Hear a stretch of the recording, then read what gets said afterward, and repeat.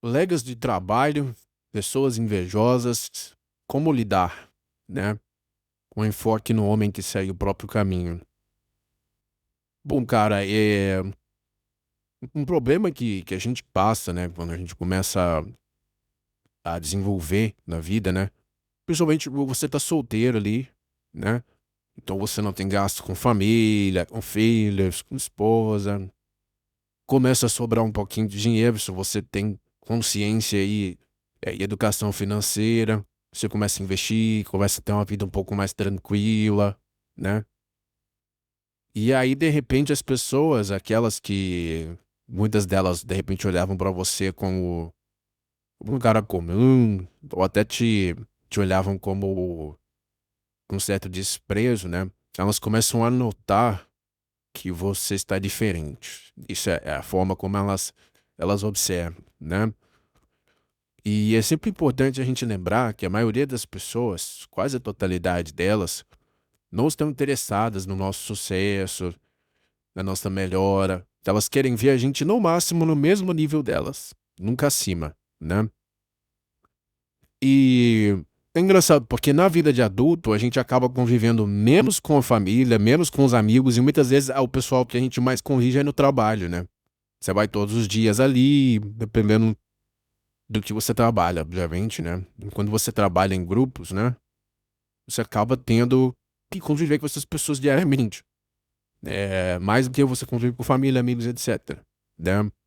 Então é normal que o seu ciclo de pessoas acabe se tornando o ambiente de trabalho, muitas vezes. E, e é justamente nesse ambiente onde a competição acontece, né?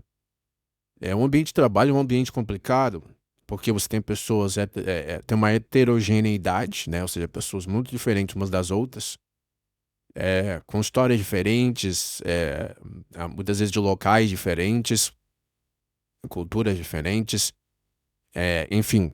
Você tem ali uma hierarquia, né? O chefe, o que está abaixo, depois o que está abaixo dele, o que está abaixo do que está abaixo. Todo esse ambiente, né? Ele gera uma certa intolerância no sentido das diferenças e ele também gera comparações, né? Então é muito comum que você tenha problema no ambiente de trabalho justamente com aqueles que estão no seu nível, né? Geralmente você não tem muito problemas com quem está acima, a menos que você tenha um chefe muito tóxico, né? E com quem está abaixo muitas vezes também é um pouco mais difícil, porque tem a coisa da hierarquia, né? Você não vai ter problemas de baixo para cima, assim, de ataque, né? Normalmente. Embora hoje, se for mulher, é complicado, viu, cara? Depende muito da situação, né? Tô fazendo uma análise mais geral. Eu, por exemplo, tenho muito problema com pessoas que estão no mesmo nível que eu, tá? É onde eu tenho mais problema. É, hum, e o problema dessa comparação é que o tempo, ele é cruel, né? Então, às vezes, as pessoas, elas te tomam por derrotado. Por exemplo, em algum momento do trabalho, se você tá ali anos no mesmo local, você tem um problema na sua vida, um problema familiar, alguma coisa, aí você fica um pouco mais reservado, mais cabisbaixo, alguma coisa assim, e eles te dão por derrotado. Só que o tempo ele vai passando e você vai vendo as derrotas alheias acontecendo a todo momento, né? O problema é quando você é um homem solteiro e você começa a juntar dinheiro, começa a estar bem e as pessoas veem você viajando pra lá e pra cá e curtindo a sua vida. Isso gera uma inveja, assim, principalmente nos casadinhos, tá? Dos caras que estão ali com esposa, com filho. O cara ele olha pra você e ele vê, porra, como esse cara ousa ser feliz, né? Como ele ousa ter dinheiro. Porque esses caras, muitas vezes, eles estão numa situação que é a seguinte: todo o dinheiro deles é da digníssima deles, né? Da linda, né? E dos filhos, né? Praticamente nada sobra pra ele, né? Só aquele suficiente para que ele possa comer para continuar trabalhando, né? Ele tem onde dormir, né? Basicamente isso é a vida do casado, né, cara? E também o cara tem que lidar com as frustrações de São Beta, né? Muitas vezes o filho dele não, os filhos não respeitam ele, a esposa trata ele que nem um lixo dentro de casa, pisoteia ele o tempo inteiro, humilha, né? Obriga ele, através das manipulações, dos jogos emocionais, a fazer o que ela quer. a gastar dinheiro com ela, com o que ela quer, né? Muitas vezes o cara se endivida para bancar os luxos da dondoca, para bancar os luxos dos filhos mimados que a dondoca não deixa ele interferir na educação, né? E aí o cara se endivida, aí a mulher começa a ficar com insegurança, porque essa questão financeira tá um problema, mas ao mesmo tempo, se o cara não, se resolver a questão financeira, ela briga porque ele tá controlando o dinheiro e não ela. Talvez o cara tá numa sinuca de bico. E muitas vezes esses caras, eles olham pra você e eles veem a tua paz, o teu sossego que você escolheu, né? Ninguém obrigou ele a casar, ninguém obrigou ele a fazer nada disso. Ele escolheu. E isso é o mais humilhante. É ele olhar pra você e ele ver que você está de boa e ele se colocou nessa situação. Só que como ele é um cara covarde, ele não tem coragem de peidar a esposa, de peidar os filhos, né? Ele tem medo das consequências de fazer isso. Ele vai escolher um outro alvo para fazer isso, né? Então, como ele não tem coragem de bater de frente com a esposa nas questões do casal e da família, ele vai começar a pegar o pé de alguém num ambiente de trabalho, descontar as frustrações dele em você, que não tem nada a ver com a vida lixo dele, entendeu? Muitas vezes esses caras são os piores. Eles vão começar a criar fofocas no ambiente de trabalho, eles vão começar a implicar, a te pedir favores, como se você fosse obrigado a aliviar a barra dele porque ele é mais ocupado, entre aspas, né? Você é um cara solteiro, você tem tempo, você não tem as responsabilidades que eu tenho. Ok, mas o que eu tenho a ver com a tua vida ruim, meu querido? Foi você que escolheu isso, né? Então, isso é um problema, né? Outro problema que você vai ter no ambiente de trabalho é com a balzacada, né? Porque a balzacada, elas estavam na vida boa, né? No carrossel de emoções ali, girando e girando e girando. Só que o tempo para elas passa diferente do que para os homens, né? Então, quando elas chegam nessa idade, principalmente dos 30 aos 40, elas começam a elevar o nível de toxicidade, né? De aspereza, de feiura da alma, né? Então elas começam a querer te atacar. Por que elas vão querer te atacar? É aquele pensamento assim, como ele ousa estar numa situação melhor do que a minha, né? Eu estar envelhecendo, a minha vida boa estar acabando e ele pode continuar nesse processo, né? O pensamento delas é esse.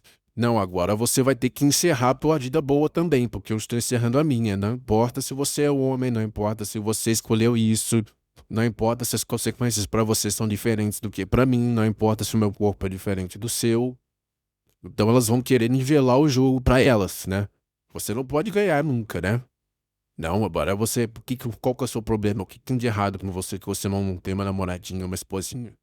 Você tem ódio de mulher? O que foi? Qual que é o problema?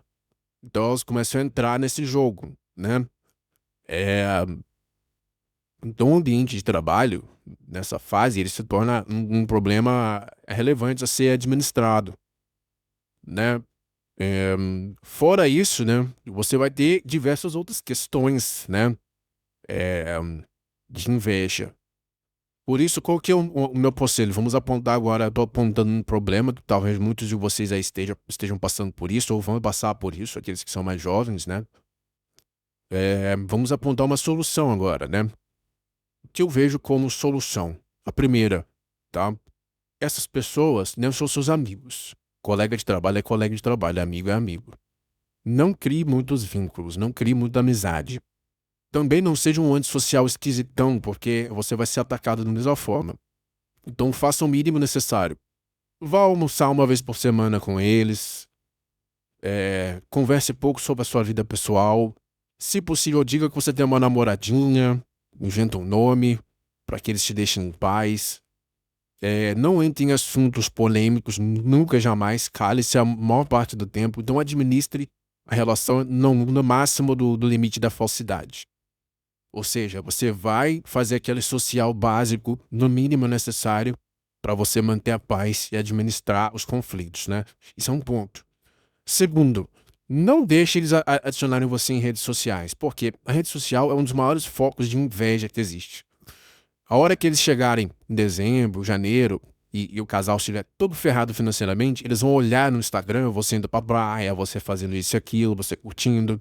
Mas como assim? Ele tá na Europa, ele tá viajando e eu tô aqui.